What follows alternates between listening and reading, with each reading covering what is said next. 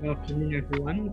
We are still waiting for Dr. Kerem to Zoom. I've already reminded him that we will Zoom, so please wait. Thank you very much for your attention. And for everyone who is joining from YouTube, sorry, okay.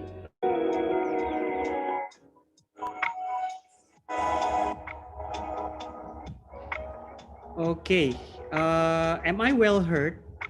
All right, so I think I need to speak louder. Okay, so we are still waiting for Dr. Kerem. Dr. Kerem is already here. We will start soon enough. All right.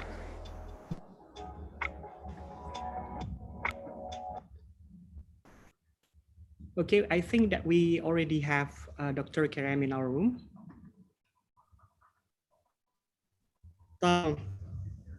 Merhaba. Hello. Merhabalar. Merhaba. Atsa hocam, nasılsınız? İyiyiz hocam. Siz nasılsınız? Ben de iyiyim. Çok teşekkür ederim. Ankara halin soğuk mu hocam? Buyurun hocam. Halin soğuk mu hocam Ankara? Ankara'da soğuk mu oluyor şu an? Biraz soğuk. Biraz soğuk, tamamdır. Şimdi dersimizi birazdan başlatacağız da. İsterseniz şimdi başlayabilir miyiz? Olur tabii hocam. Tamamdır.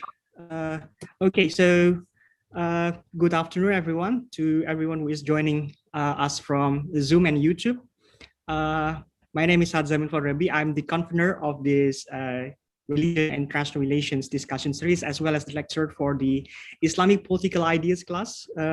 So today we will be continuing with our class, discussing topic, the political Islam, especially with the case in Indonesia and Turkey. Today we have one of the distinguished academics from Turkey, that is Dr. Kerem Kılıçdaroğlu from TED University in Ankara. Dr. Kerem Kılıçdaroğlu has finished bachelor and also master degree in Turkey. He has his specialty in Southeast Asian studies. Especially after he took his PhD from Korea University. He wrote a dissertation, a PhD dissertation, comparing the political campaign that has been conducted by Cumhuriyet Halk Partisi and also Partai Keadilan Sejahtera in Turkey and Indonesia. And he would like to share his experiences doing those research and also his insights on political Islam in Indonesia and Turkey. A very good morning to you, Dr. Kerem. Thank you. For your we cannot hear you. I'm sorry. Can you adjust your mic?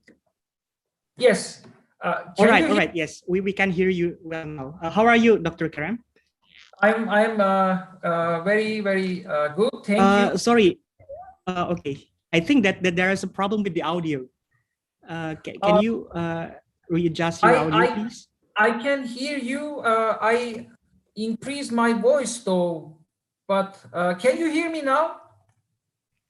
I think that there is a slight lag in your audio. Okay, let me try. Let me just. Can you hear me now? Yes, I can hear. Okay, that's good enough. Okay. Okay, sorry, I had to turn off my camera for now. All right. No problem. Because the time is running out, Kerem Hoja, yes. Would you please proceed with your presentation?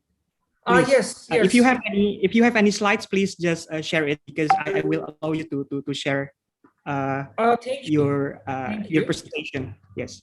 Thank you. So can everyone see the slide, which is a blank screen, by the way, a white screen? Yes, we can see your screen. Okay. So I think, I'm not sure, but I think Selamat Sore would be suitable in that case, considering the Indonesian time. And I would like to thank Hatzoja for the opportunity for today's lecture. And today I'm going to present you some information, let's say, on political Islam in two countries, in Indonesia and Turkey.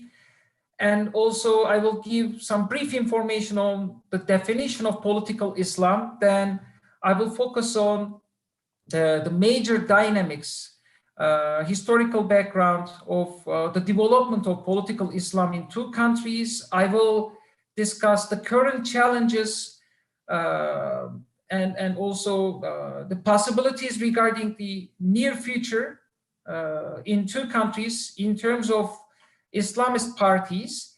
And I will conclude with my dissertation research experience in Indonesia, particularly, which was quite interesting and it was quite useful and a new experience for me in Jakarta. So, on the issue of political Islam, well, in simplest terms, it's the, how to say, like the practices of, if we consider the practices of Islam, the rituals, the culture, political Islamists or political Islam, defenders of political Islam, believes that, and they also defend the idea of how politics and society should be ordered based on the Islamic principles. And in the Middle East, for instance, there are different examples like the Muslim Brotherhood in the 1930s, in Egypt and in the Arab world, which expanded to other Muslim societies, including Indonesia, for instance. Partai Keadilan Sejahtera is an example of that.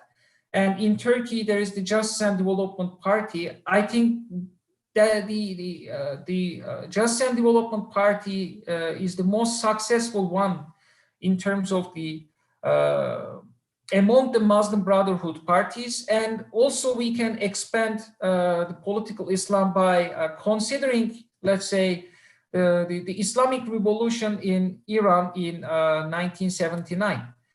And so if we go into details of political Islam, well, of course, we can also, or some scholars perceive it as an instrumentalization of Islam by individuals, organizations, political parties. And in some Muslim societies, political Islam was quite successful, but in some countries, it ended up with failure. And also some scholars argue that Islam has some unique characteristics because it's hard to separate it from politics. If we think about the Gulf countries in the Middle East or Iran, for instance, the religion itself is something that dictates political action, and it necessitates political action based on Islamic principles. And in Muslim societies, political Islam's development is quite interesting, especially Turkey is an interesting case because Turkey has, secular characteristics, and for a long time, these secular characteristics had been implemented strictly, and it felt that the political Islam organizations, Islamic organizations, and religious groups felt this secularism as repression towards them. And other than that, if you think about non-conventional participation of politics, because in conventional participation, we can think of voting, political parties,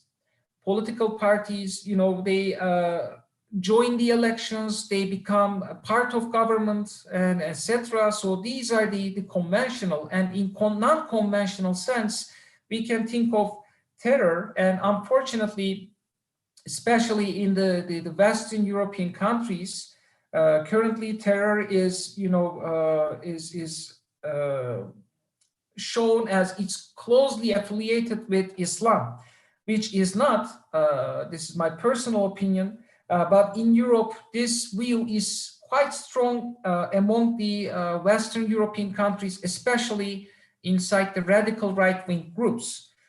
So this is something quite unfortunate for Muslim countries and citizens is who believe in Islam, but anyways, this is another extreme version of participation, non-conventional participation. And about the conventional part, well, we can, for instance, think of Turkey. Because Turkey has a long history of Islam.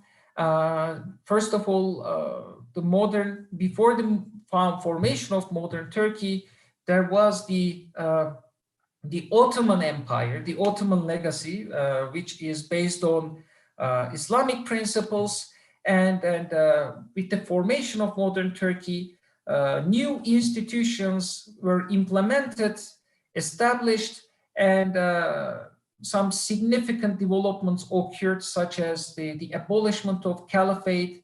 And in the new modern Turkey, the secularism was implemented strictly, so that the separation became more and more clear before the Ottoman period, and later on the Turkish modern Turkey. And we can also think about, if we think about political Islam in Turkey, the religion, Islam is important, and not only Islam, but there is the sectarian politics, and the different sectarian groups exist. And this, in the long run, the political Islam felt the pressure of institutions, secular institutions on Islamic groups. And because of that, it took a long time, relatively speaking, a long time for Islamic parties to emerge. And this is according to Kemalists who support the principles of Mustafa Kemal Atatürk, the founder of modern Turkey. This should be implemented, because otherwise there would be no certain difference from Ottoman Empire, and it may, abandon Turkey from its modern path, because modernization project was quite important for modern Turkey, especially at the beginning, because a Western model was applied, but Muslim intellectuals and also, let's say, the radical Islamists opposed this view, because on the contrary, they believe that in fact the Western institutions is no longer good for Turkey, but instead Turkey should focus on its religious and historical roots. And that's the major, how to say, the debate about development of political Islam in Turkey. But I will go into detail, of course, of this issue about the origins and development of political Islam in Turkey. And so if we make a simple comparison between Indonesia and Turkey in terms of the development of political Islam, so if we start with Indonesia, there are important Islamic organizations which are quite significant for Indonesian society, and they actively involved in the process of independence of Indonesia. And you can see, for instance, Muhammadiyah and Nahdlatul Ulama as two major institutions. And we can also include the Indonesian Ulama Council, which was established during the Suharto period, and we can also see two major periods here: the New Order period and the democratization. So during the New Order period and even before that, during the Sukarno era, as I, based on my readings, I realized that the political Islam was repressed by the secular nationalist character of government, and because of that, major institutions, Muhammadiyah and Nahdlatul Ulama, had at the beginning had some major problems with the authorities, such as if you think about Pancasila, for instance, the 5 principles. It includes the belief in one God, and it also says that the democracy through social consensus. So Nahdlatul Ulama and Muhammadiyah defended the idea of an Islamic state at the beginning, but especially with the Suharto era, they softened their views and they adopted an idea of respecting for religious pluralism and tolerance.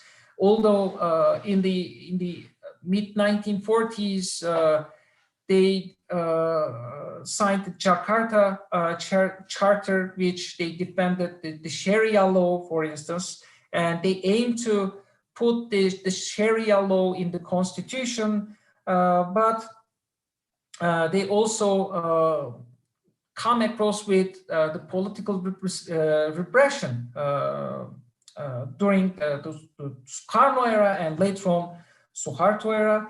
And another example can be given about the Masyumi party, and the party defended the idea of establishment of an Islamic state, but this idea was simply rejected. And other than that, other than these important institutions, we can also talk about developments in the universities in Indonesia. Especially during the Suharto period, the Masyumi leader, Natsir, he himself established the Islamic Propagation Council, and with that idea, behind that idea, Natsir aimed to improve networks with some Middle Eastern countries such as Saudi Arabia, Kuwait, and also in Pakistan. And with these networks, the financial funds which were obtained from these countries provided some opportunity to spread their voice among the society through media called media dawah. And later on, this networking and these activities were expanded to university campuses and other organizations or movements, among them the PKS, which was originated from Terbiya movement, was developed in university campuses, and the movement itself applied the Islamic Propagation Council's model, and it was quite popular among university campuses during Suharto period.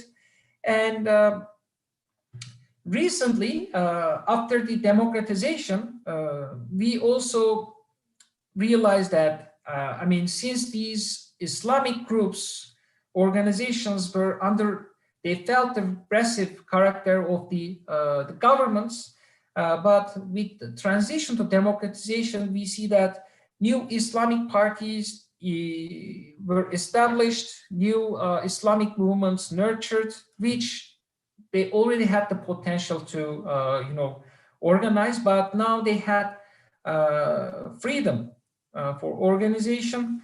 And another thing about political Islam during the Suharto period, there is the United Development Party. So we can say that actually there was a political Islamic party during Suharto period, but I think mostly the party was under control of Suharto, or at least the party leadership cannot act freely because of the authoritarian structure in the country at that time. And about the Turkey, well, I will go into detail, but roughly speaking, we can talk about the Ottoman legacy. And then after the end of Ottoman legacy, there is the secular modernization. The model was taken from West, and for instance, like the adoption of Latin alphabet, the abolishment of the caliphate. So this changes are almost like revolution, because simply you end an institution which is roughly speaking 600 years old, and you build something new which is quite Western. And of course there was some reaction to this new modernization process. And with transition to multi-party period in the early 1950s, we see that the political Islamist parties did not emerge right after the establishment of the multi-party elections, which is the transition to democracy. It took, roughly speaking, 20 years for the political Islam to turn into a political party. But we can also say that although a political party emerged, Islamic organizations, most of the time, they got support to mainstream parties, and some candidates were nominated by party leaders in mainstream parties. And these candidates are offered by these Islamic organizations. So we can say that although political Islam was not visible at that time, they were in connection with some political parties. And recently we see the rise of Justice and Development Party, and then we also see the leadership of Recep Tayyip Erdogan, which is very respected among the supporters of the party. And about the success of the party, well, we can say that it's a merger of political Islam with liberal parties or liberal ideas. So the party was able to melt the whole center-right into itself and then become stronger. So after transition to democracy in Indonesia, you can see the distribution of Islamic political parties in Indonesia, and of course these are, how to say, I took it from an existing research. Maybe there are some changes in terms of these parties' policy position, their ideology, and etc. But overall, the National Mandate Party and National Awakening Party defend the idea of religious pluralism, and they are, roughly speaking, more liberal compared to the remaining parties. And about the Crescent Star Party, well, currently it's very, very weak. It's the continuity of Masyumi, and the remaining two parties, United Development Party and Prosperous Justice Party, well, they're conservative, of course, and they are less liberal compared to PAN and PKP. And Personally, when I was working on party Kedilan Secatera, I read that the party is, mostly consists of two factions, two major groups inside the party, and one group defended the party ideology, in which focusing on the Islamic principles, and the other group was more pragmatic, and they were in favor of being part of governing coalition and have easier access to state resources. So the party liberalized itself.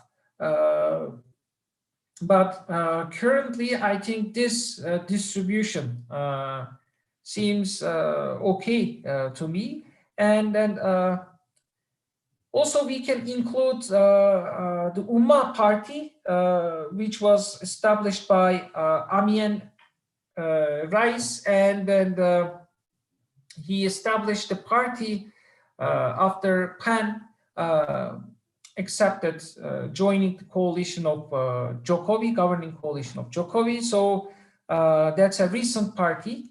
And then among these parties, as I know that the PKS is the most coherent in terms of the party's ideological position, intra-party training, and the party organization in general. And so this is another, explanation of how the parties get support from, and their base of support. So the PKB is supported by supported by Nahdlatul Ulama. The PPP is gets support from Muhammadiyah and Nahdlatul Ulama. So and Muhammadiyah gets supports PAN, and the PKS, for instance, is the Muslim Brotherhood Party. It's kind of a branch of Muslim Brotherhood in Indonesia. And about political Islam in Turkey, about the development, well, there is the one famous, one famous phenomenon of political Islam in Turkey, which was established by Necmettin Erbakan. And you can see the political parties, established by him and his leadership. So the interesting thing here is we only see one political party, and we see different time periods. Well, the reason is most of the time Erbakan had to re-establish political party because of strict secular character of Turkey, and this strict secularism had to re-establishment of same parties until today, and it began with the National Order Party, which is called as Milli Nizam Partisi. It continued with National Salvation, Welfare, Virtue, and lastly Felicity Party. And as of today, I think the Felicity Party is okay. At least they don't feel a pressure on themselves about whether they're hurting the concept of secularism or not. And this is also because of the the party's ideology, the defending the national view or national outlook, which was the founding ideology of party. It's roughly speaking based on the idea of a nationalist economy, so it's very developmentalist, but doing it without imitation from Western values and institutions such as secularism, and that's why the party was banned from politics many times, and the party was quite successful in the 1990s. So in this photo you can see Necmettin Erbakan in the center, and on his right you can see Recep Tayyip Erdoğan, who was the candidate for Istanbul during local elections. And the party, relatively speaking, was not that powerful in terms of financial resources. But during the 1990s, party was quite successful. And this is another, a topic of research because it took attention of academics when the welfare party win the elections. And in general, there are a couple of reasons. First of all, the military coup of 1980, it crushed left-wing and nationalists. So these two groups were excluded to be as a political alternative. And there was the development of neoliberal policies. So it led to development of or increase in the corruption, and the public services decreased, and it's quite low in capacity. So the welfare party's door-to-door visits, especially among the shanty towns of Istanbul, in major cities, brought significant success because none of center-right or center-left parties cared that much about these poor people. And the strategy of Erbakan was, making a connection, face-to-face connection with these people, and to gain their electoral, support in return for provision of public services, which was successful, but there are some controversial points about that. And well, the party was quite successful, but there was the 28 February process, which was quite critical in hampering the success of welfare party, because the party was again the party leader Erbakan, who was in coalition with the center-right secular party, the True Path party. So Erbakan had to step back from his position because of the secular Kemalist character of military, and military interventions as a long history in Turkey, and these interventions are made during the political turmoils. And in this case, there was not a direct intervention, but and this time it's not the military itself, but the constitutional court decided that the welfare party is at the center of this Islamic tendencies, which can be dangerous for the secular nature of society. So Erbakan had to step back, and in the meantime, the researchers defend three major arguments which are actually connected to each other. So this political Islamic movement in terms of the political parties is not something existed in one day. It took a very long time, roughly speaking, more than 20 years. And the party itself was highly committed within the party organization, and they were able to adapt into the capitalist environment. So they, doing it for the Islamization of the society in the long run, and they also were able to develop their own, powerful business people, as they're called as Anatolian tigers. And as of today, these business people are divided into two, which is in relation with the political system in Turkey. And I will also talk about it towards the end. And especially with the rise of the leadership of Recep Tayyip Erdogan, and even before that, there was the argument of Turkish model, because as I said at the beginning, there was an Ottoman legacy, and then there's a new modern Turkey based on secular institutions. It also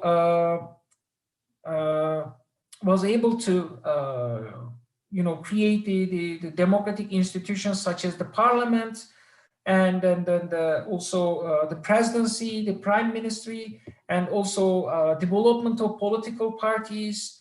Although it take a long time, but these are important developments. And Turkish model existed because Turkey is a Muslim, has a considerable Muslim population, more than 90%. And although it's a Muslim society, it adopted secularism, and the democracy was working, although there are some military interventions, some authoritarian tendencies, and etc. But Turkish model was promoted by United States at different times. And even before that, there was Adnan Menderes, for instance, who was the prime minister and the winner of the first multi-party elections in Turkey, and he developed the idea of making Turkey little America. And later on, this process continued with Turgut Özal, Süleyman Demirel, other important leaders, and lastly Recep Tayyip Erdogan, especially in the first two periods until 2010s. Turkey was favored by European Union, United States, although Turkey did not support United States during the Iraq War, but still Turkish model was considered as a serious option for Muslim societies as a democratization model, and we see that in the early 2000s, the political Islam was able to merge itself with liberal values, and the party, Justice and Development Party, was able to get support of both Europe and United States. So this is an interesting case for the development and change of political Islam. And but unfortunately, although the political Islam developed itself in Turkey, recently we are seeing the rising authoritarianism in Turkey, and partly in Indonesia, but it's not the same with Turkey.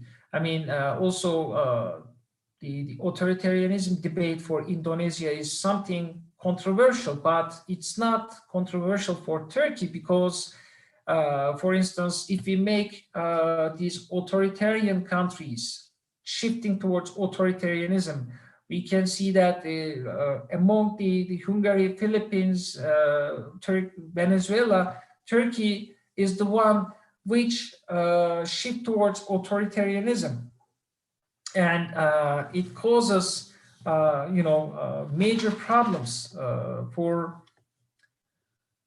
both political Islam and Turkey in general. And so this is taken from the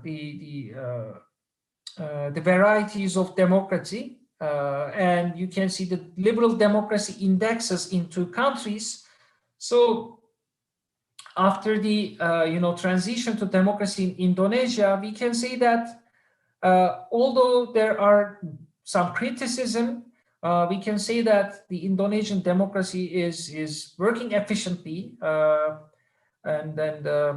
but Turkey, we cannot say that, especially after the failed coup attempt of Fethullah Gülen terrorist organization, which was again an important actor in political Islam, but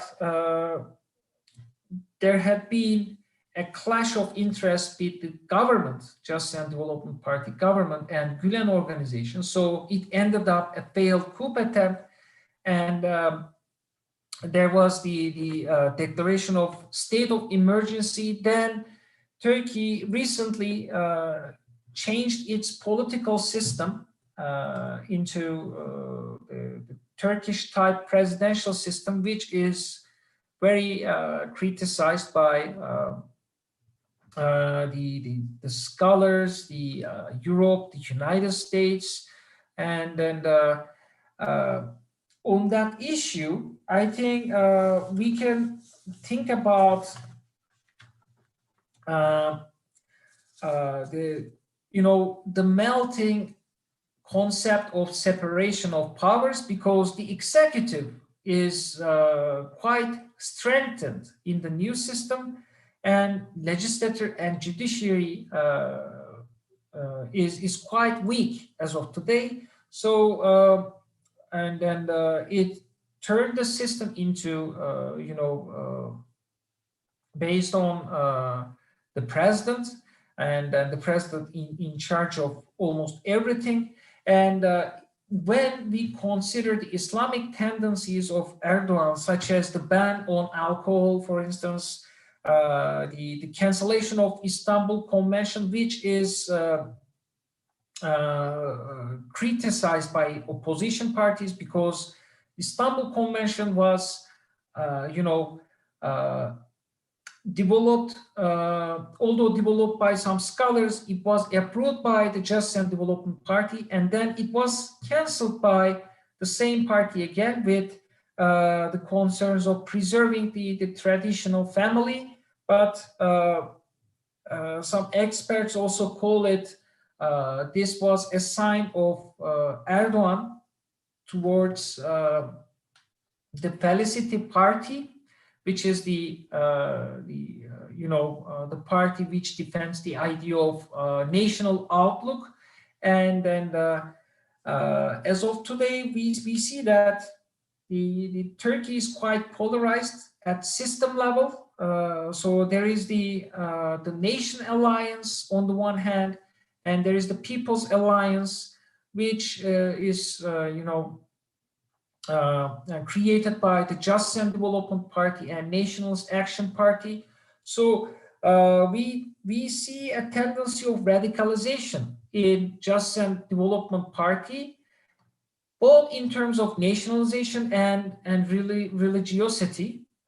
So interestingly, another Islamic party, the Felicity Party, is criticizing the Justice and Development Party because of the system, not in terms of the Islamic background maybe, but this situation has made the picture in Turkey more and more interesting. And about the political, the future of political Islam in Indonesia, I think Indonesia recently shifted towards a more, how to say, not radical, but moving towards far right sometimes, not all the time, because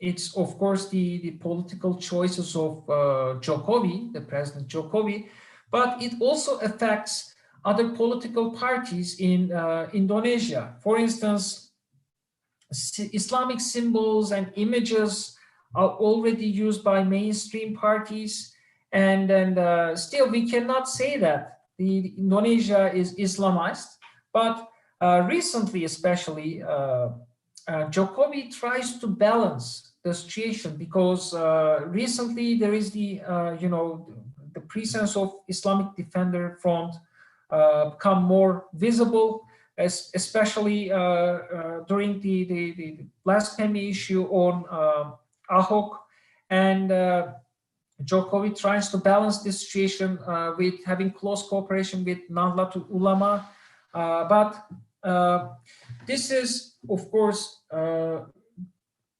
the political Islam's demands, like including the softliners and hardliners.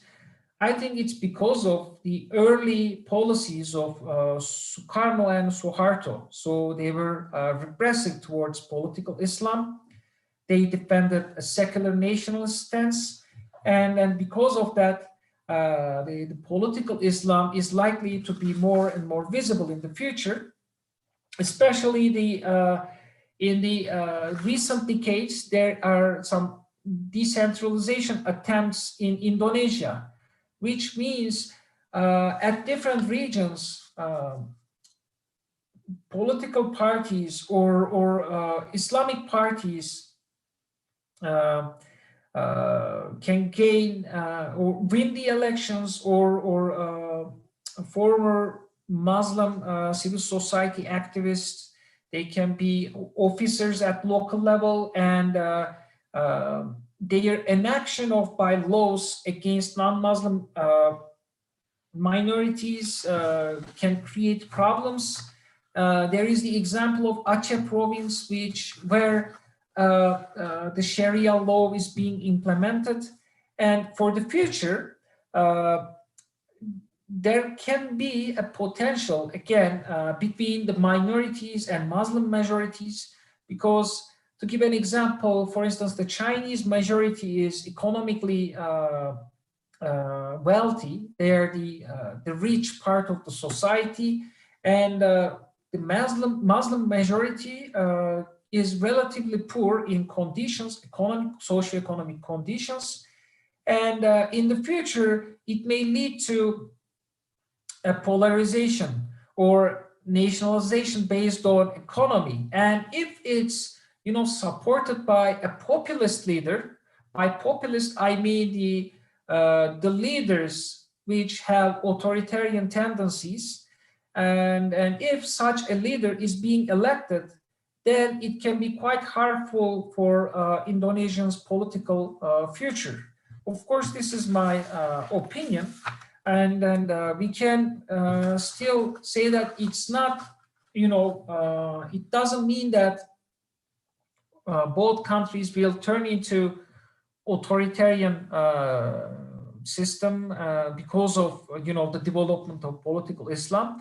In Turkey, there is the debate is based on the system, and of course there is the party effect of political Islam. But in Indonesia, we don't see such political de-democratization. There are some minor problems, I think. And then in terms of the demands of society or views of society, we can say that in both countries, democracy is still more preferable. But in Turkey, for instance, in some cases, non-democratic governance can be preferable. In Turkey, more than 20% of people defended the idea of a non-democratic government can be preferable. Maybe this is because of the existing terror in Turkey, the Kurdish terror in Turkey, and for Indonesia, the interesting thing here is, although majority of people believe that democracy is the most preferable one, 20% say that it doesn't matter whether it's democratic or not. So this is quite interesting for me. And of course, this is based on the World Values survey taken from 2011. And then about the question on what is important in a democracy, well, majority of Indonesians argue that democracy is important because of economy. And in Turkey, majority of people replied is this question as the religious freedom. So maybe it's because of the secular characteristic, secularism in the past. We are not sure, but that's the bottom line of the issue. And lastly, I will talk a bit about my personal experiences in Indonesia. Well, it was quite interesting and quite new experience for me. I was already a student in South Korea, but well, my interest on Indonesia actually began with the Islamic parties in Indonesia. When I see the election results during the lecture, I realized that Islamic parties in Indonesia has a huge potential. And at the same time, I was thinking about the success of Justice and Development Party. So I asked myself why Islamic parties do not try such an attitude or strategy. Then my interest began on Islamic parties in Indonesia and Southeast Asia. Then I'm interested in Indonesian politics. And later on, I focused more on political party strategies during the election campaigns, particularly. And I focused on programmatic and clientelistic strategies. So maybe some of you are not familiar with these two different strategies, but the programmatic strategy is based on a political party's ideological coherence, because programmatic party means that if a party has a particular ideology, then the party organization, party policies, party's electoral strategy is based on the ideology itself. So the internal coherence, party's rhetoric is very important, and it should be based on the party's ideology itself. And clientelistic strategy or clientelistic parties are just the opposite of programmatic parties. We can say that clientelistic parties are, or strategies is a part of money politics during the elections. So there is a patron-client relationship. The patron here is the political parties or politicians, and the clients are voters or citizens. So during the election times, or in any time, politicians provide some direct benefits to voters in return for their electoral support. So these direct benefits can be considered as a bag of rice. In Turkey, for instance, distribution of charcoal is quite popular. But as you know, in Turkey we have winter, so that's why the charcoal is being distributed. I also read in Indonesia, the sembako is distributed by political parties. And so that was my idea to show the differences between programmatic and clientelistic strategies. And that's why I choose Turkey and Indonesia as two developing countries, democracies, and I choose Republicans People Party, Cumhuriyet Halk Partisi from Turkey, and Prosperous Justice Party from Indonesia, Partai Keadilan Sejahtera. So two parties have particular characteristics and they're quite different from each other. One is, originated from the resistance groups. Later on, it turned into a political party, and the party itself partly established modern Turkey under the leadership of Mustafa Kemal Atatürk, and party ideologically shifted towards center-left in later periods after the 1950s. And Prosperous Justice Party, on the other hand, can be regarded as a branch of Muslim Brotherhood in Indonesia. It was a movement before the establishment of political parties, and it was a quite determined organization in the university campuses, and it still is quite determined in terms of the intra-party training, which takes 7 years to complete. So it is very, very disciplined party. And on the other side, Republicans People Party is quite different in terms of ideology, in terms of party organizations. So all these differences provided me to observe the party strategies at different regions. In Turkey, I choose Istanbul, and in Indonesia, I choose Jakarta because these two cities are quite populated, and they also have regions, composed of relatively well-off citizens and then relatively poor citizens. So it has different sub-districts. And then during my field research in Indonesia, I visited most of the time North and South Jakarta, and I had the chance to make interview with politicians, and I observed, try to observe based on the interviews, the transition of PKS in Indonesia. And once it was a very, very, committed party in terms of political Islam, the party shifted towards, a more pragmatic position.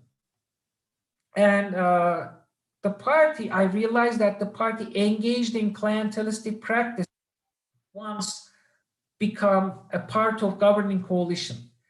And this is important for me because I observed a similar trend in Turkey. The Republicans People Party also had pursued similar strategy, like engaging in clientelistic practices when in the governing position.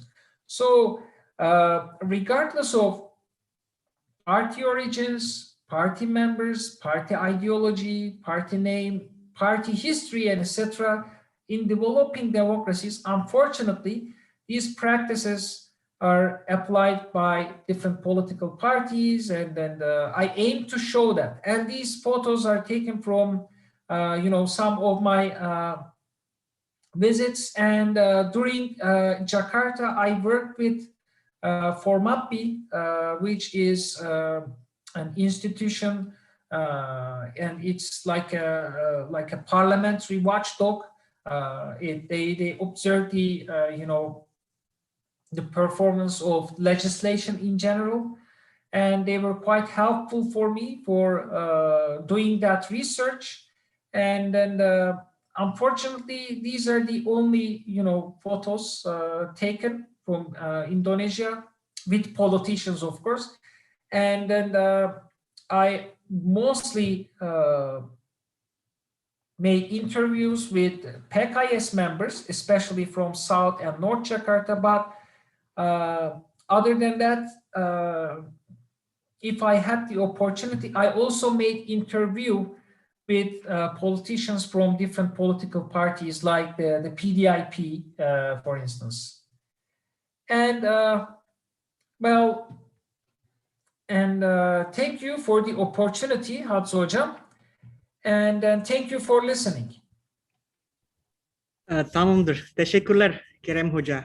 Thank you very much for your lengthy yet comprehensive explanation on the political Islam in Indonesia and Turkey. I know it is not an easy issue to be discussed, since you have limited time, and also the topics of this political Islam in Indonesia and Turkey is a quite sensitive issue, since there are many things to cover in a very short time, but you managed to have conclude the session with a very understandable insights, and I hope that my students could understand many new insights from your explanations.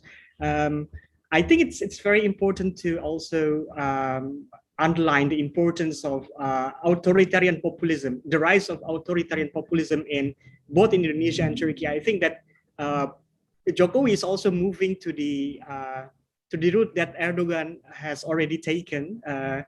I mean, especially on the issue of the neoliberal development model that Erdogan has tried to implement, and Jokowi is following in Erdogan's footsteps. Actually, this is in my opinion, and also I quite surprised that you have mentioned the case of Partai Umat.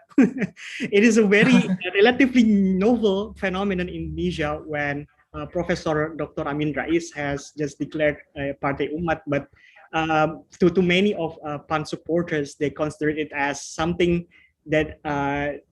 Something similar to a joke, because it is similar to a very narcissistic experience, and it doesn't really look like a serious party because it is very much centered to the Amin Rais as a political figure rather than truly wanting to build a true political experience that would involve a very serious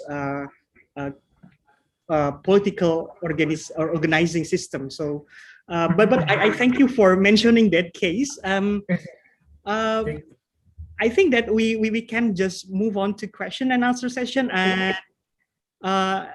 if there are students or participants who would like to ask questions, please please raise your hand or please write in chat box. Anyone, please? I would like to prioritize my students. Yes, please, Kerem Hoja. I see a question of a student. The question is, why there was one party system in Turkey after the independence period. During the early period of Turkey's independence, adopted a one-party system with only CHP, Cumhuriyet Halk Partisi, until 1945. And wasn't the Kemalist reform struggle to achieve democratization, but why did it seem authoritarian at that time? And thank you for the question. It's a nice question. Well, it's not easy for in a country to develop or establish democracy in one day, because Turkey was, making an independence war. And before that, there was the Ottoman legacy, although there is the parliamentary experience towards the end of the Ottoman Empire. But right after the establishment of modern Turkey, some institutions, such as the development of education and what else, the economic situation, the society, the new regulations should be adopted and observed by an authority, the state. So the CHP was acting like a political organization to regulate these changes and to build the democratic institutions.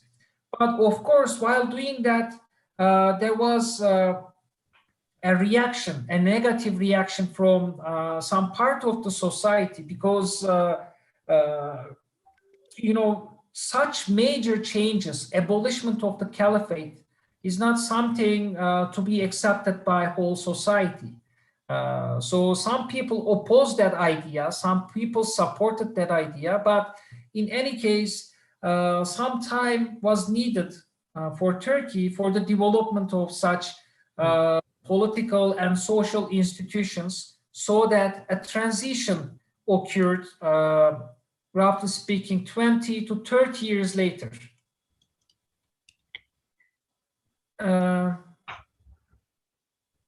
Any questions? Okay, we have any question from student first. I have several questions from my colleagues, but I think to prioritize my students. Students, please, because there are around 145 participants here. So I'm waiting for my students to ask. Yes, Salahuddin, you can ask, please. Misi Pak, mohon maaf, boleh bertanya pakai bahasa Indonesia Pak? Ya, nggak apa-apa. I will translate. This my student, he would like to ask in bahasa. Oke. Ya, saya ingin bertanya, kan tadi udah dijawab kan yang tadi itu yang terkait kenapa waktu itu di tahun awal-awal Turki merdeka sampai tahun 46-an itu masih ada Cumhuriyet Halk Partisi kan ya, yang yang menguasai, maksudnya perpolitikan di Turki. Tapi tadi kan udah dijawab. Terus kemudian saya ingin bertanya, gimana para Kemalis misalnya ya, para Kemalis waktu awal-awal kemerdekaan Turki sampai sistem multipartai atau mungkin bisa sampai sekarang lah, memandang mereka orang golongan-golongan Islamis atau politik Islam di Turki itu kayak gimana gitu? Apa mereka tuh tetap terkesankan atau diidentikan tuh kayak Said Nursi yang memberontak waktu itu ya, makanya dianggap kayak separatis, kayak nggak cinta negara atau dan lain sebagainya, atau gimana sekarang pandangannya mereka tentang pokoknya tentang perihal yang berbau Islamis, atau mungkin dianggap tuh otoriter dan lain sebagainya. Dan saya juga ingin bertanya, salah satu tokoh di Turki ya, salah satu tokoh yang mungkin penting ya gitu ya di Turki dulu ya waktu kemerdekaan, Mehmet Akif Ersoy kan, salah satu yang kalau nggak salah itu dia yang nulis lagu kebangsaan Turki yang Istiqlal March kan. Itu kebanyakan saya lihat kalau nggak banyak sih, maksudnya kalau di beberapa artikel yang emang bahasa Turki ya, itu mereka dibilang Islamce, dia dibilang Islamce. Islamce itu bukannya Islamis juga ya kalau di istilahnya di Turki juga. Itu bagaimana? Apa memang benar Mehmet Akif itu seorang Islamis atau bukan gitu? Itu aja. Makasih. Okay, makasih Mas Salahuddin. So I would like to translate this to English, Kerem Hoca. Okay. So his question is, he's a keen reader on Turkish politics. That's why he mentioned about Akif Ersoy, Islamce, and also Said Nursi as an example. So his first question is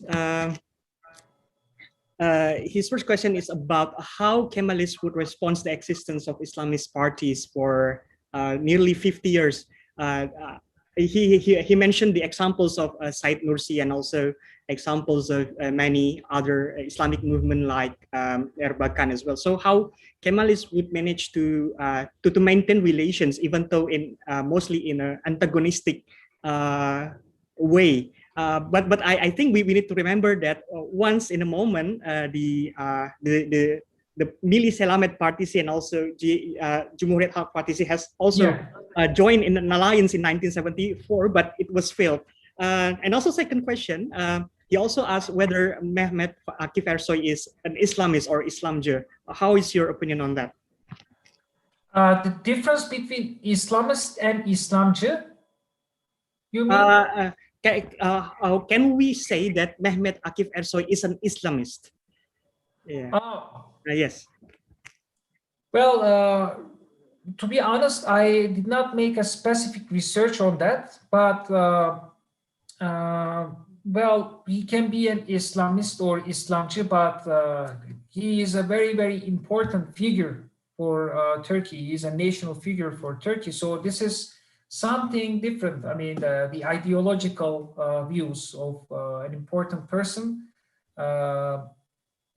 So I am not sure about, whatever I say, I can be wrong on that. Okay. So you are not sure about your view as well. All right. About the first question, how you would like to respond about the first question? about how about Kemalists, the Kemalists, well, although, you know, they made coalitions at different times, this is, of course, quite acceptable within the politics from both sides. But Kemalists felt the threat of, you know, what if political Islam develops itself? It may turn the country into an Islamic country, and then, you know, the Ottomanism may emerge again, and they felt this idea. They take it as a threat directly on themselves, and that's why there was, you know, a fight between two groups, roughly speaking. But as of today, I don't think both sides are not that strict to each other. Because in you know, the development of personal, you know, development of Erdogan in Turkish politics and transition to a new system, the presidential system, Turkish type presidential system, changed the structure and situation for Kemalists and Islamists, let's say. Political Islamists. So these people, for instance, Republicans People Party and the Felicity Party, who was, you know, led by Necmettin Erbakan long before. So now they are in alliance again. So you will see in the future, but both sides are not that strict to each other. And then I think in the future, both sides agreed on specific issues such as the usage of headscarf in universities, in the public offices.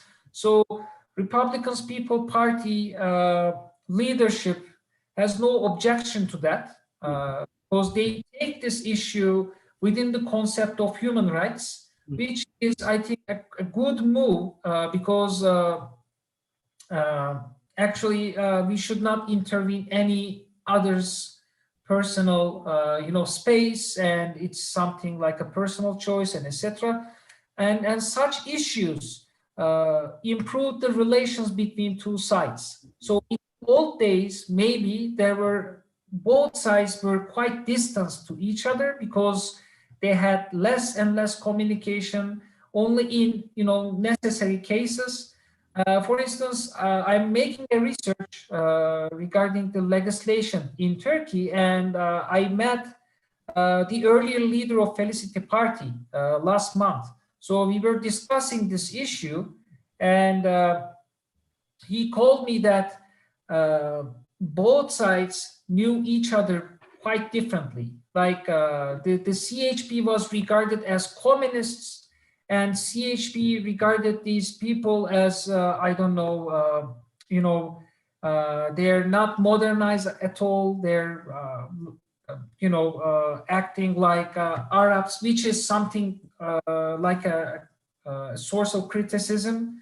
So these things happened in the past, but now increased communication, you know, improved relations between two different political wings. So that's also the comment of Mustafa Kamalak, by the way. He was the old leader of Felicity Party.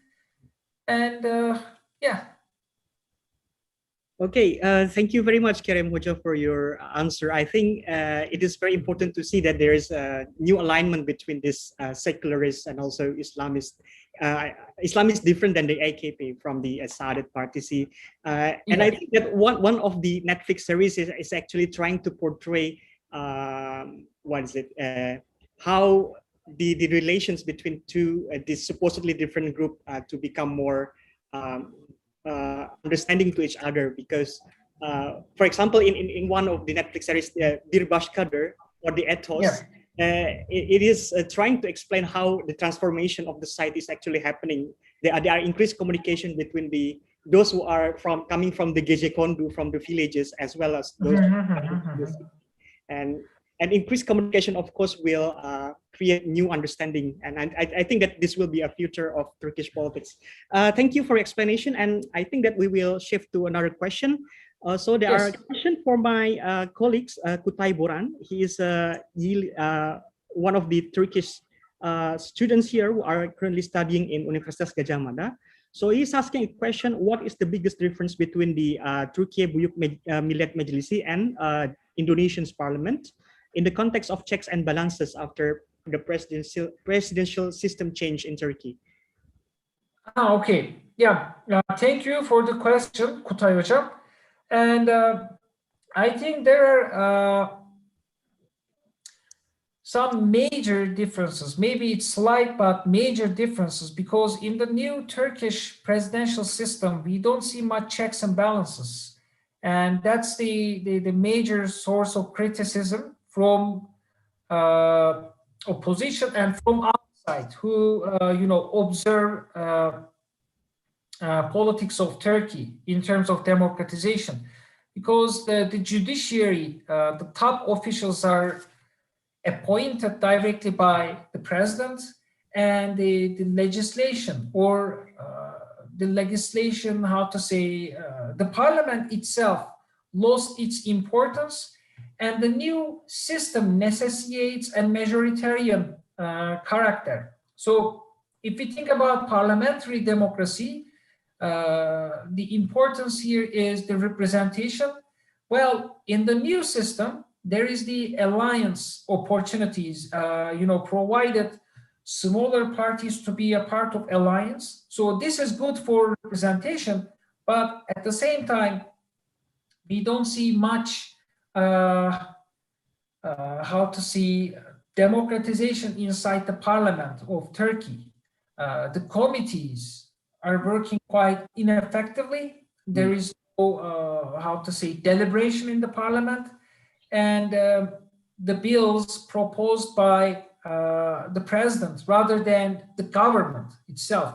So that's the problems with the presidential system of Turkey. And I think in Indonesia, well, maybe there can be some criticisms or minor, criticisms about the system, but it is that the presidential system in Indonesia is a presidential system. But in Turkey, well, actually, it's not a presidential system. It's totally different, because in presidential system, the separation of power is quite clear, and that's the main character of presidential system. Executive, legislative, and judiciary should be separated clearly, and no one should intervene on the other. Especially the judiciary should be independent, but unfortunately in Turkey we cannot talk about the independency of judiciary. So that's harming the checks and balances in Turkey. Okay, thank you for your Kerem Hocam. I think that we are Indonesia. We are also noticing that, especially in the legislative branch of the government, that they are trying to sideline their position with the executive branch, because most of the parties actually in the parliament are aligning themselves with what Jokowi wants to do. I mean, there is some minor opposition, but not a very strong opposition in parliament. Yes. Yeah. Sorry for interrupting. I think that's quite interesting, because it shows us like there is no opposition in Indonesia currently. I mean, there is, but it's very weak. It sounds like Philippine politics. Yes. In a way, it's similar to Philippine politics as well. So that can be a weakness, but it is not something constitutional. This is like Jokowi's personal arrangements, let's say, promises. No. And then if parties don't want to be a part of it, they do not. But I think this is something different. What I'm talking about in Turkey and Indonesia is, in Turkey, the constitution itself, the current constitutional regulations limits checks and balances. So that's different than Indonesia, I mean.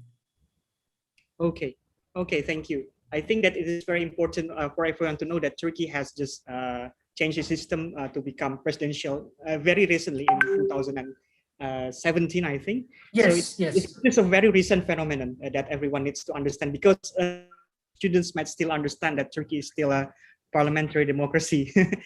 Yes. All right. So is there any other questions? Question for my students, especially. Hojam, apologize because my student is mostly from undergraduate, so I think that they are a bit shy to ask questions. Okay, no problem. Yeah. We'll take some time, but for a moment, I would like to read a question from YouTube. There are some questions from Rizal Shodik. In Indonesia, there are some political ideologies that are rejected and even banned if they are considered irrelevant. For example, currently the Indonesian government has just banned Hizbut Tahrir, and also FBI has just recently been banned because of their illegal activities related to terrorism.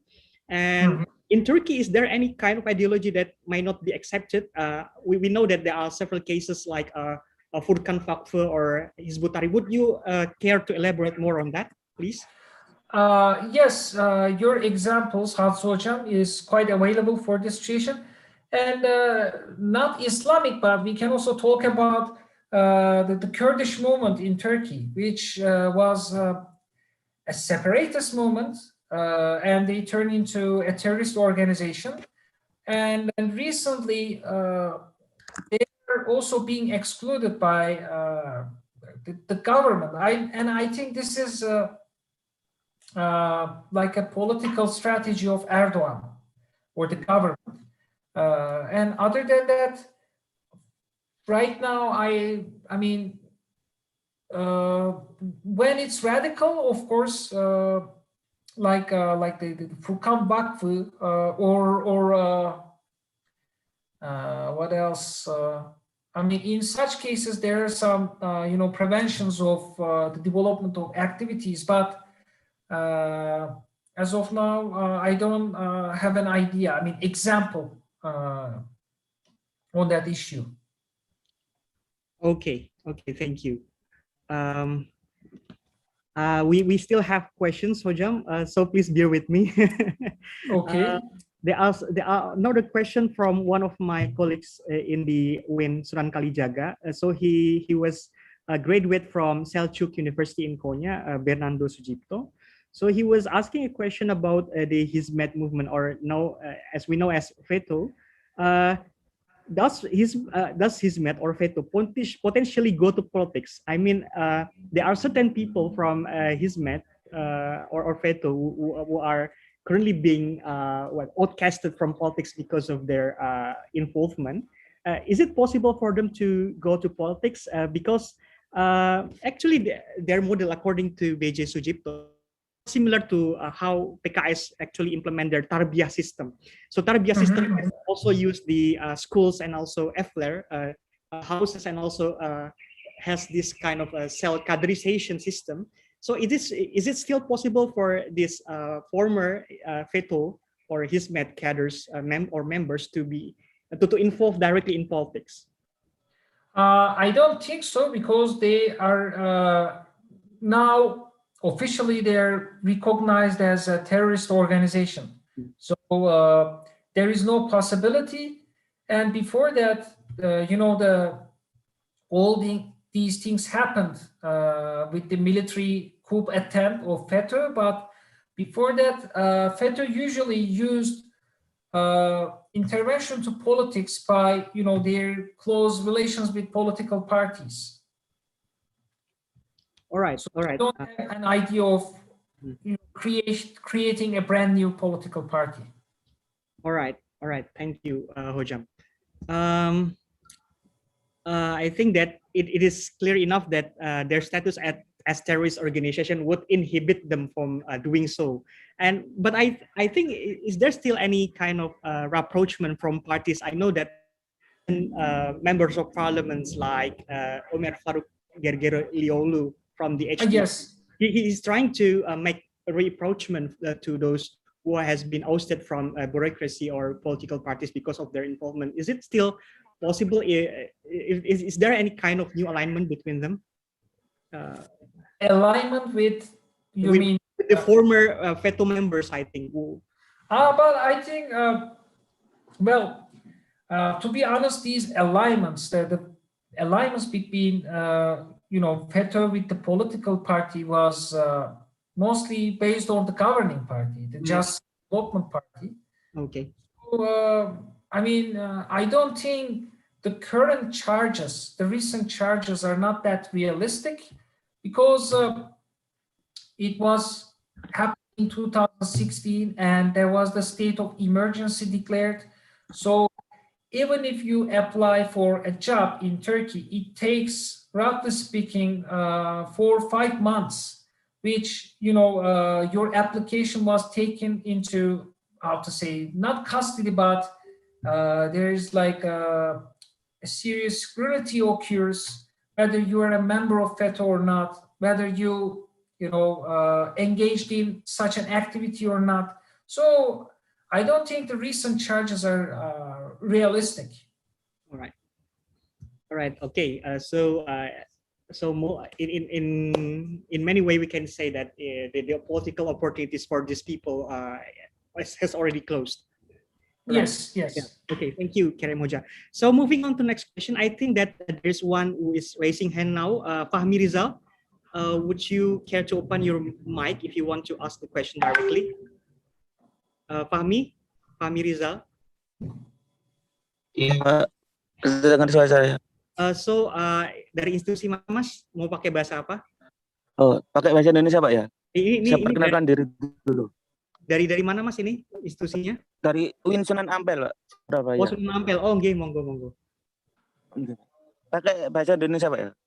Iya, silakan, Mas. Dari prodinya mana dan juga univnya dari mana, Mas? Silakan. Ya, saya awali bismillahirrahmanirrahim. Assalamualaikum warahmatullahi wabarakatuh. Waalaikumsalam. Sebelumnya terima kasih atas seminarnya, Pak ya. Tadi kan saya lihat di Twitter, lalu saya join gitu aja gitu. Karena topiknya itu sesuai dengan apa yang saya tulis pada skripsi saya. Ya, hampir beberapa bulan yang lalu diujikan. Saya membahas tentang kebangkitan Islamisme Turki pada era sekularisasi. Di situ saya ya hampir sama apa yang dipaparkan sama Hoja Kerem, bahwa ada beberapa partai-partai politik yang seperti itu sudah dituliskan hingga akhirnya sampai partai Felicity sebelum partainya Erdogan lahir, AKP. Lalu yang ingin saya tanyakan adalah bagaimana masa depan Islamisme di Turki.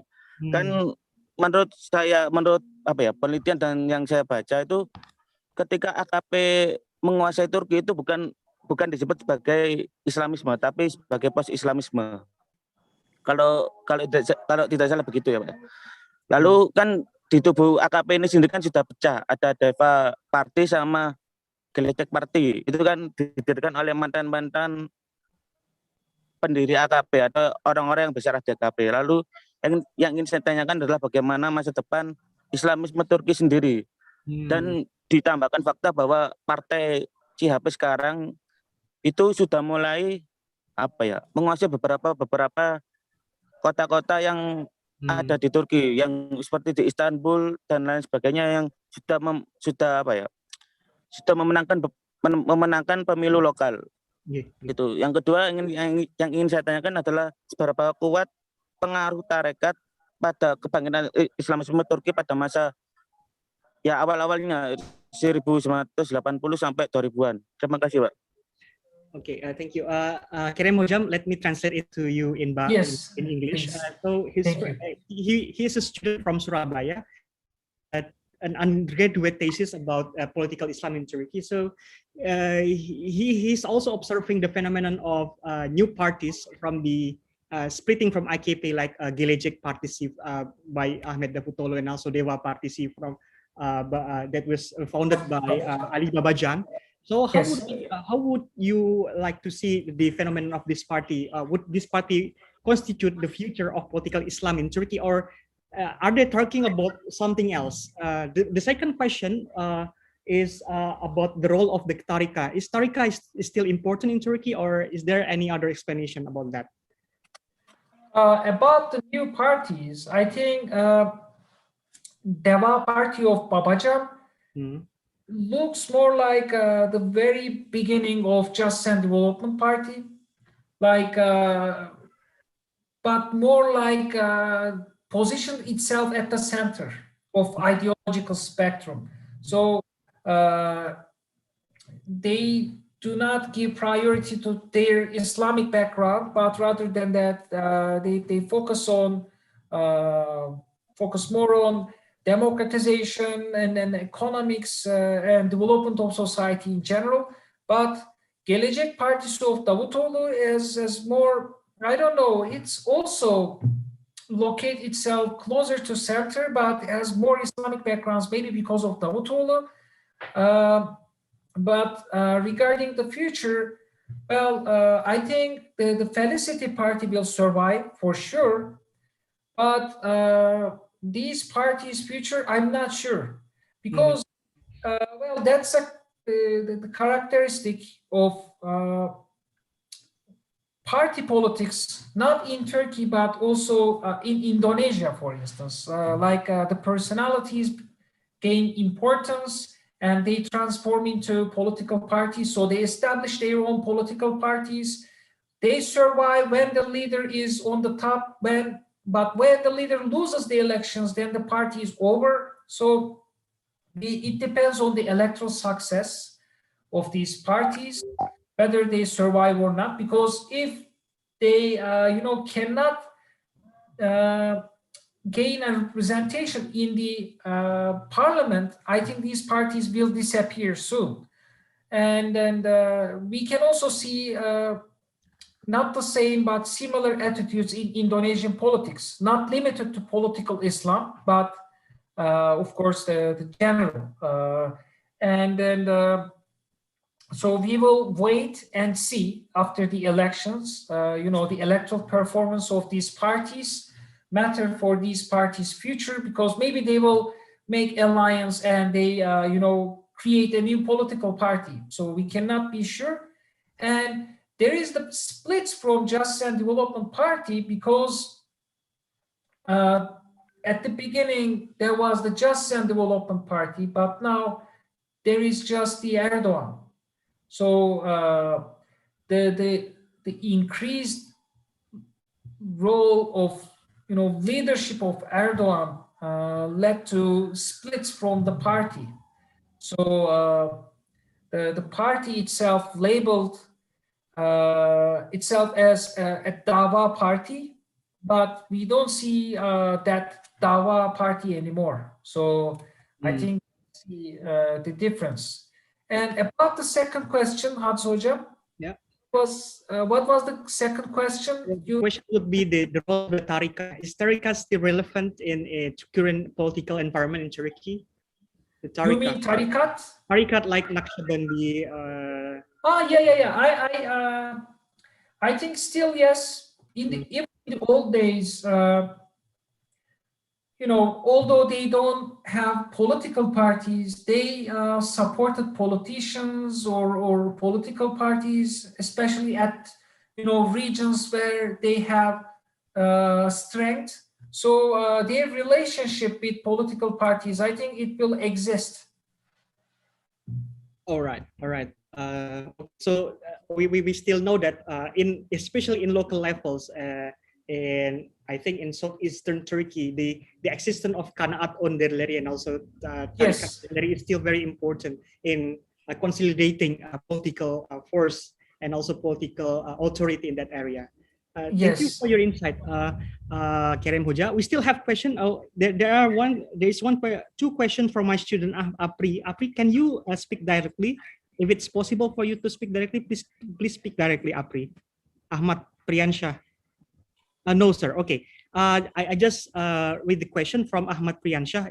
He is one of my students. So his first question is, currently Islamic Party coalition for 2024 presidential election is one of the hottest issue. Indonesian politics, especially after PKS meeting with several leaders from Islamic. In your opinion, do you see that it is something possible to do, even though Indonesian Islamic parties have different Islamic identities and interests? The second one is, do you see that it will stop the Islamic populism wave or raise bigger Islamic populism wave for the future presidential election as responses for this regime? You may proceed with the first question first, and I will repeat for the second question. About the first question, I think the question is to what extent it's possible for Islamic parties to make a coalition. Yes. I researched that question before, and I think no, because as Hatso Hocam, you tell they have different identities. Yeah. And my basic idea about making coalition was the electoral threshold. In Turkey, it's 10%. So if it's 10%, you have to make coalition. Yep. For small parties. But in Indonesia, I think it's 2 or 3%. The electoral threshold is quite low, and I think Islamic parties also have some base of support at different regions of Indonesia. So that's why I think the likelihood of a coalition is, it's very, very less. Okay.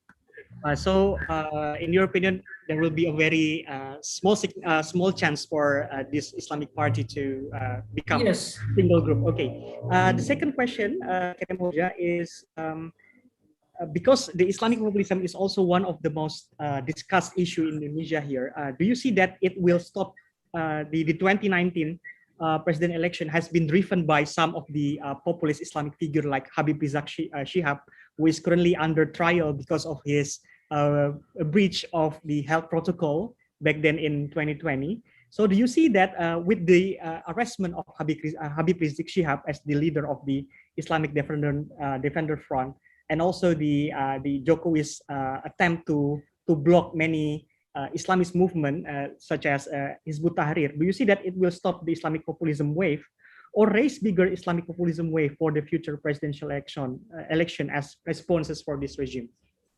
Well, I think it's hard to make an estimation about future, but as I know, Jokowi is trying to balance the demand of political Islamists by working in cooperation with some Islamic parties and members of Nahdlatul Ulama, so appointing some important members of them. So I think it's a move of balancing the situation. But if the hardliners' demand continue, and if a populist leader gets support of the majority, I think it will be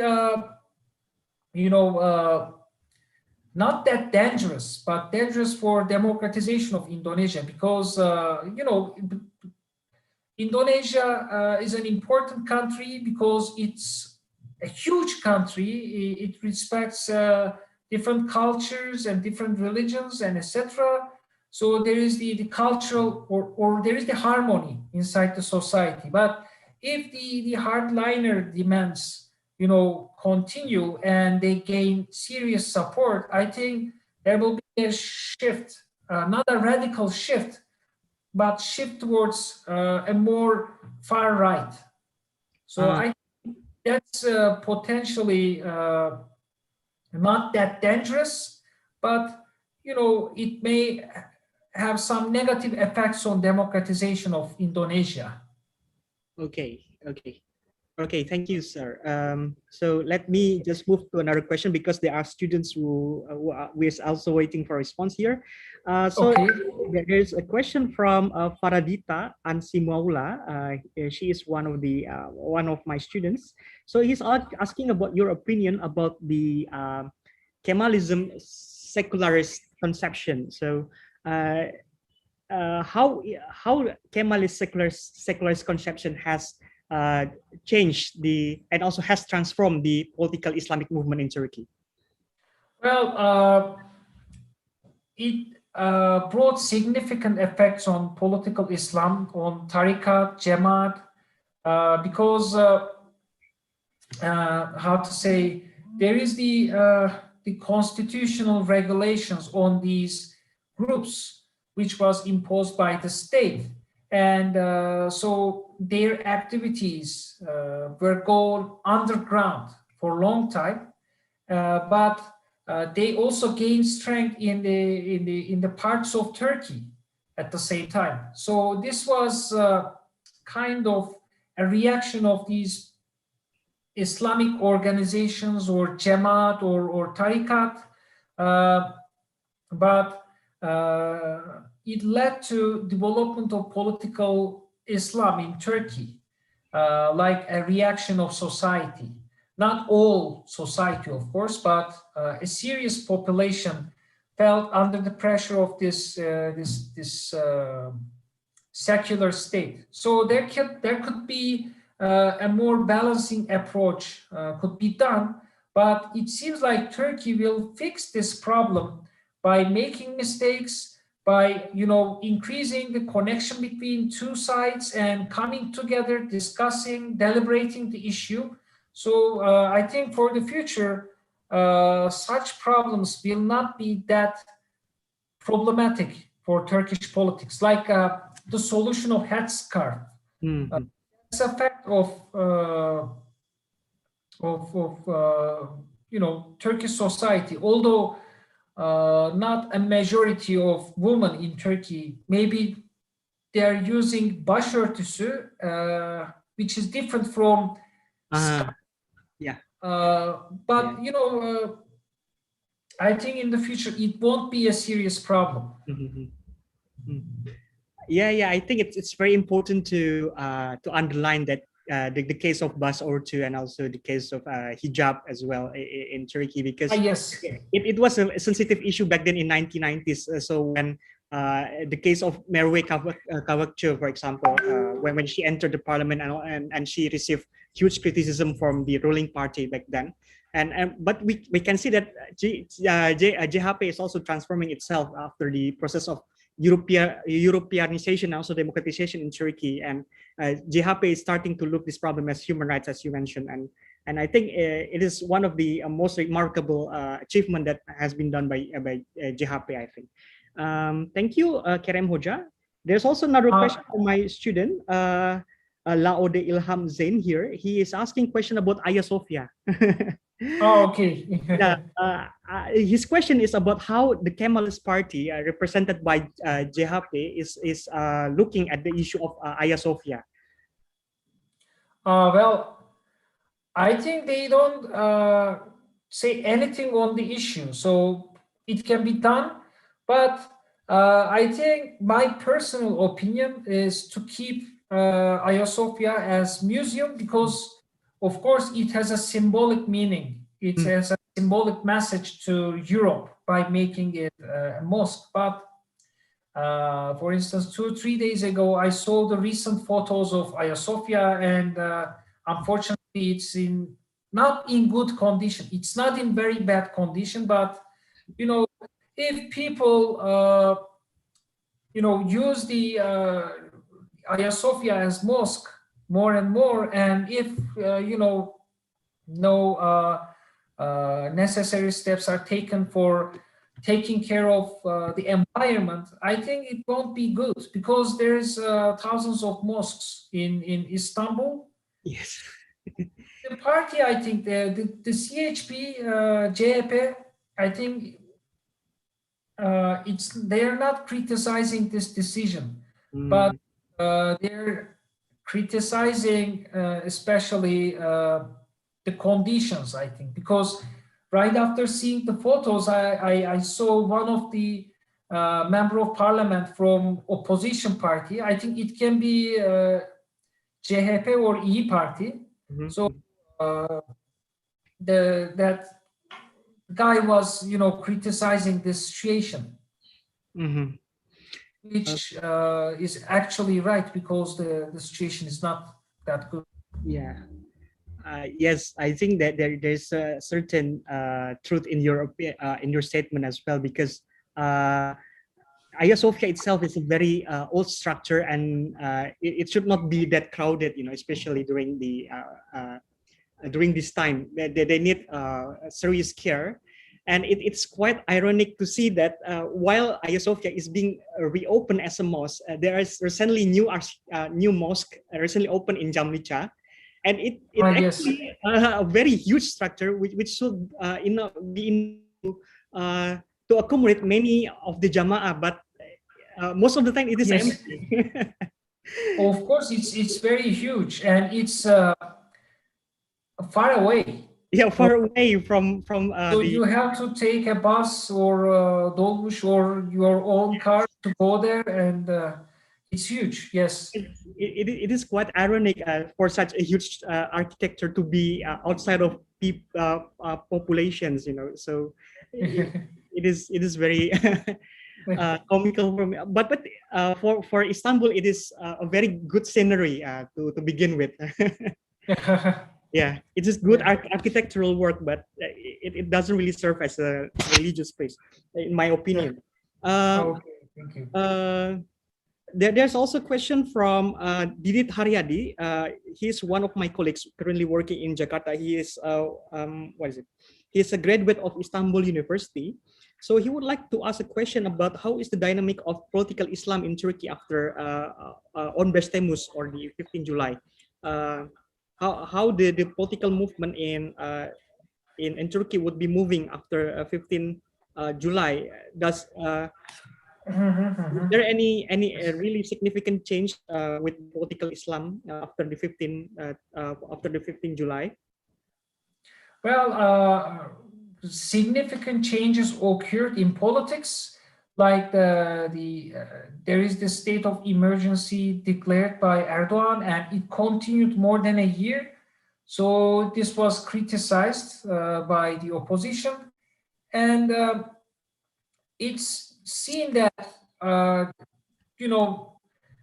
relations with such organizations like FETÖ and government relations are quite dangerous for the society, and this can also be considered as an intra-party competition, like factions inside political parties. So on the one hand there is Erdogan, on the other hand there is the Gülen, and because of their clash of interest, it went so farther that it ended up with a coup attempt. So in terms of political Islam, until now, I think no major change occurred in terms of these relations, political parties' relations with such tarikats and jamaats, because on the news we see that alternative organizations, jamaats, are occurring and gaining strength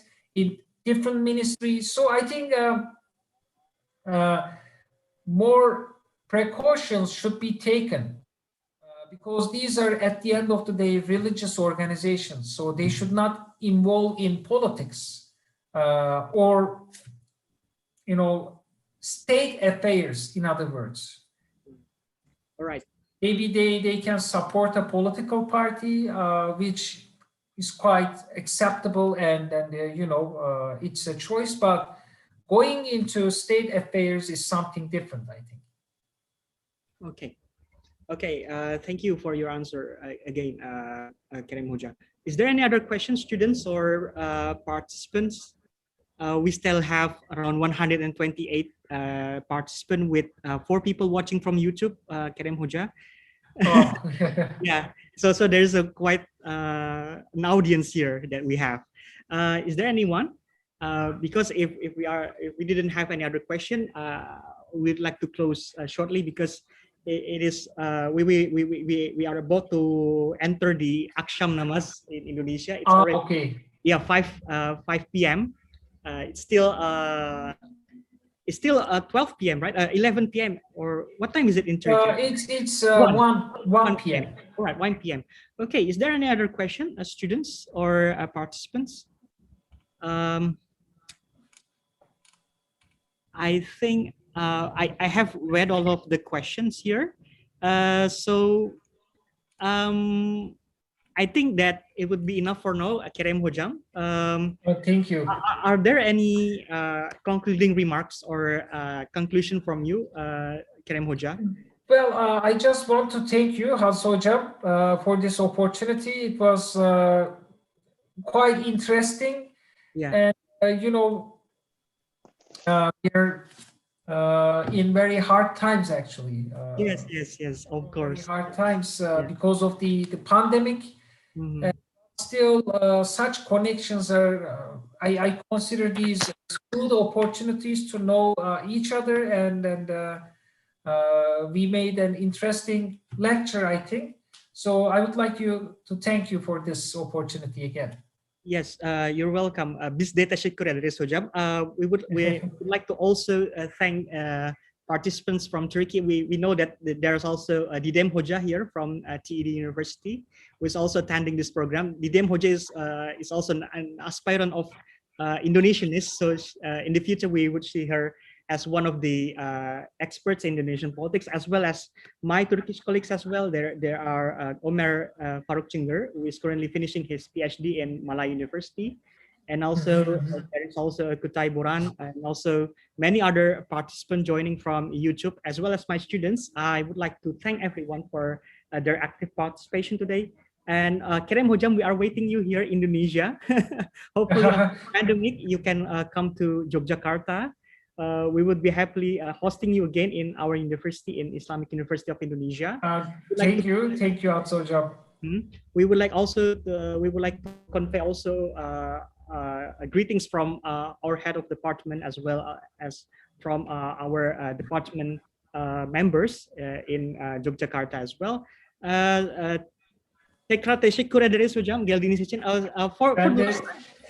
I would like to ask everyone to open their camera so that we can take a group picture, if everyone is willing. Please.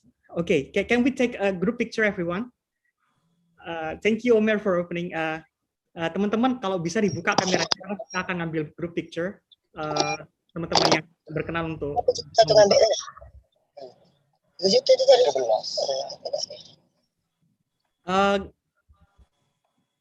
Would everyone please open their camera if they are available?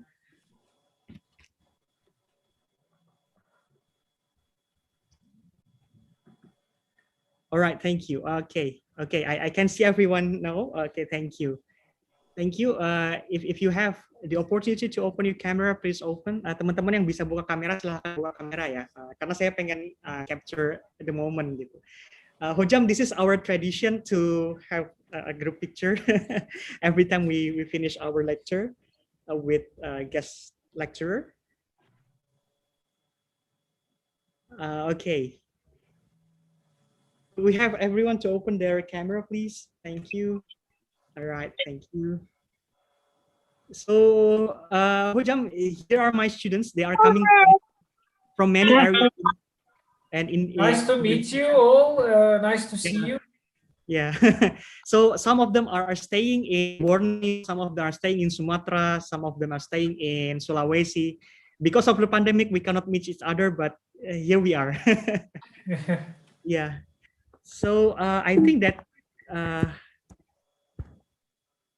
okay. I think that's all from us. Okay. So 1, 2, 3.